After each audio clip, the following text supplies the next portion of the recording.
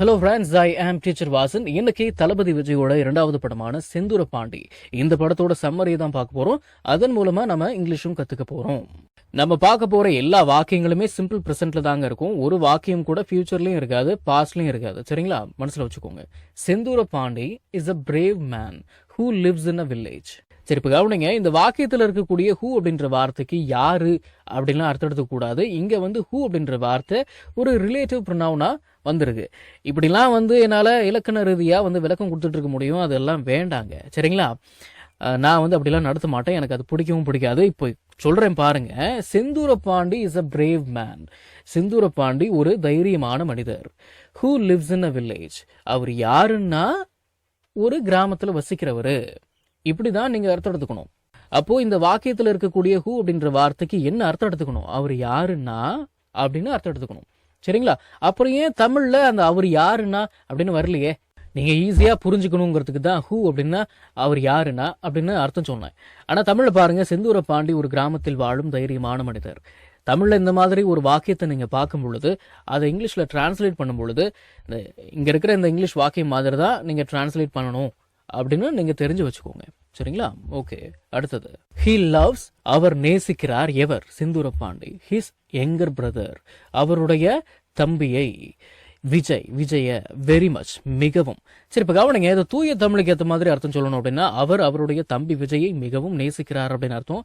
பேச்சு தமிழுக்கு ஏற்ற மாதிரி சொல்லணும் அப்படின்னா அவருக்கு அவரோட தம்பின்னா உயிர் அப்படின்னு அர்த்தம். யங்கர் பிரதர் அப்படின்னா தம்பி, எல்டர் பிரதர் அப்படின்னா அண்ணன். ஆச்சுங்களா? சரி, okay. Vijay is a college student. Vijay ஒரு கல்லூரி மாணவர். Who respects his brother. இப்ப பாருங்க, இங்கேயும் ஹூ வந்திருக்கு. இப்ப தமிழ்ல விடுங்க. தமிழ்ல நான் எப்படி வேணா அர்த்தம் கொடுத்துருப்பேன், அதை விட்டுருங்க. இப்போ நீங்க எப்படி அர்த்தம் எடுத்துக்கணும் அப்படின்னா இந்த மாதிரி ஒரு வாக்கியத்தை நீங்க பாத்துக்கிட்டீங்க அப்படின்னா எப்படி அர்த்தம் எடுத்துக்கணும்? Vijay is a college student. Vijay ஒரு கல்லூரி மாணவர். Who respects his brother. அவர் யாருன்னா அவருடைய பிரதரை மதிக்கக்கூடியவர் அப்படின்னு அர்த்தம் எடுத்துக்கணும். இப்படிதான் அர்த்தம் எடுத்துக்கணும். சரிங்களா? புரிஞ்சுக்கணும் நீங்க. ஓகே, சரி, ஓகே. விஜய் ஒரு கல்லூரி மாணவர் மற்றும் அவர் தனது அண்ணனை மதிப்பவர். சரி, ஓகே. அடுத்தது. ஒன் டே, ஒரு நாள், Vijay falls in love. Vijay காதலில் விழுகிறார். வித் அ கேர்ள், ஒரு பெண் மீது. ஒரு நாள் விஜய் ஒரு பெண் மீது காதல் கொள்கிறார், காதலில் விழுகிறார். ஆச்சுங்களா? சரி, ஓகே. அடுத்தது. The girls father. த அப்படின்னா அந்த, இந்த அப்படின்னு அர்த்தம் எடுத்துக்கலாம். நான் சொல்லிக்கிட்டே இருக்கிறேன். கேர்ள் அப்படின்னா பெண். அந்த கேர்ள் அப்பாஸ்ட்ரோஃபி எஸ் வந்திருக்கு பாருங்க. அப்படி என்ன அர்த்தம்? உடைய அப்படின்னு அர்த்தம். த கேர்ள்ஸ் ஃபாதர், அந்த பெண்ணினுடைய தந்தை.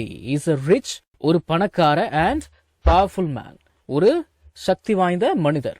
அதாவது அந்த பெண்ணினுடைய அப்பா ஒரு பணக்கார மற்றும் சக்தி வாய்ந்த மனிதர். பவர்ஃபுல் அப்படின்னா ஆள் பலம், பணபலம். சரிங்களா? சரி, ஓகே.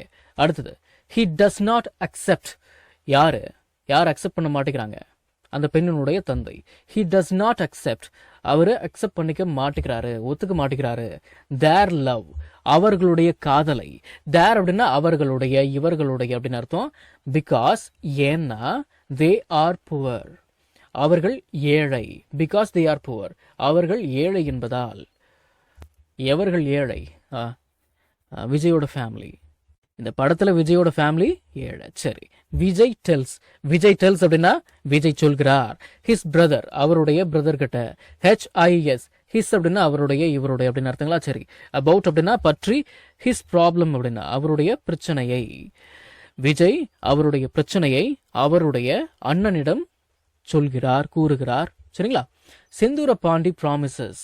இந்த பேசிக்கான கிராமர் ரூல் உங்களுக்கு தெரிஞ்சிருக்கும். இப்ப நான் ப்ராமிஸ் பண்றேன் அப்படின்னா ஐ ப்ராமிஸ். நீ ப்ராமிஸ் பண்ற அப்படின்னா யூ ப்ராமிஸ். அவர் ப்ராமிஸ் பண்றாரு, அவ ப்ராமிஸ் பண்றா அப்படின்னா ஹி ப்ராமிசஸ், ஷீ ப்ராமிசஸ். அந்த எஸ்ங்கிறத சேர்த்துக்கணும் இல்லையா? அது ஒரு இலக்கண விதி. அதுதான் இங்கேயும். செந்தூர பாண்டி ப்ராமிசஸ் அப்படின்னா செந்தூர பாண்டி சத்தியம் செய்கிறார், உறுதியளிக்கிறார். டு ஹெல்ப், உதவ. த லவ்வர்ஸ் அப்படின்னா அந்த காதலர்கள். டு ஹெல்ப் த லவ்வர்ஸ் அப்படின்னா அந்த காதலர்களுக்கு உதவ. செந்தூர பாண்டி ப்ராமிசஸ், செந்தூர பாண்டி ப்ராமிஸ் பண்றாரு. சரி. த கேர்ள்ஸ் ஃபாதர், அந்த பெண்ணினுடைய தந்தை. கிரியேட்ஸ் மெனி ட்ரபிள்ஸ், நிறைய பிரச்சனைகளை உருவாக்குகிறார். ஃபார் தெம், அவர்களுக்கு.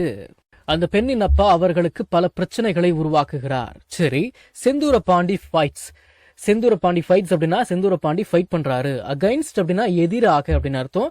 த எனிமீஸ், எதிரிகளுக்கு எதிராக ஃபார் ஹிஸ் பிரதர், தனது சகோதரனுக்காக. செந்தூர பாண்டி தனது சகோதரனுக்காக எதிரிகளுக்கு எதிராக சண்டையிடுகிறார். சரி, ஃபைனலி இறுதியாக, கடைசியாக, இறுதியில் த ஃபேமிலி அண்டர்ஸ்டாண்ட்ஸ், அந்த ஃபேமிலி புரிஞ்சுக்கிறாங்க. Sir the family understands S வருமா? இதுக்கு விளக்கம் கொடுக்கறதா இருந்ததுன்னா ஃபேமிலி அப்படிங்கிறது ஒரு கலெக்டிவ் நவுன் அப்படின்லாம் அர்த்தம் சொல்லிட்டு இருப்பேன். இது எதுக்கு தேவையில்லாத வேலை? புரிஞ்சுக்கோங்க. த ஃபேமிலி அண்டர்ஸ்டாண்ட்ஸ் அப்படிதான் வாக்கியத்தை அமைக்கணும்னு தெரிஞ்சு வச்சுக்கோங்க.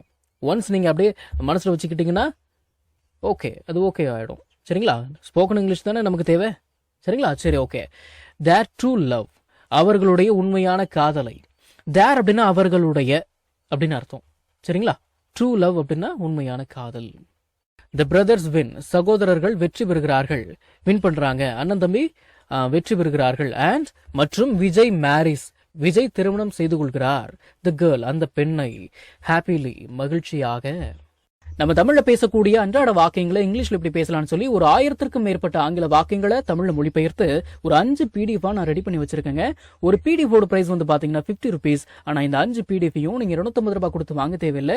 ஜஸ்ட் 199 rupees பே பண்ணி நீங்க வாங்கிக்கலாம். இந்த PDFஸ்ல இருக்கக்கூடிய 1000 வாக்கியங்களும் பேசக்கூடிய வாக்கியங்கள் தானே தவிர இந்த சென்டென்ஸ் கொடுத்து வச்சிருக்காங்களே இதை நான் எங்க பேச போறேன் அப்படின்ற ஃபீலே உங்களுக்கு வராது. இதை நீங்க PDF ஃபார்மேட்ல வாங்கிக்கிறதால உங்களுடைய ஃப்ரீ டைம்ல PDF ஓபன் பண்ணி போன்லயே லேர்ன் பண்ணிக்கலாம். நீங்க பணம் அனுப்பின உடனே வாட்ஸ்அப் மூலமா உங்களுக்கு 5 PDFையும் அனுப்பிடுவேன். So what are you guys waiting for? ஸ்கிரீன்ல தெரியுற நம்பருக்கு இப்பவே வாட்ஸ்அப் பண்ணுங்க, இல்லனா கால் பண்ணுங்க.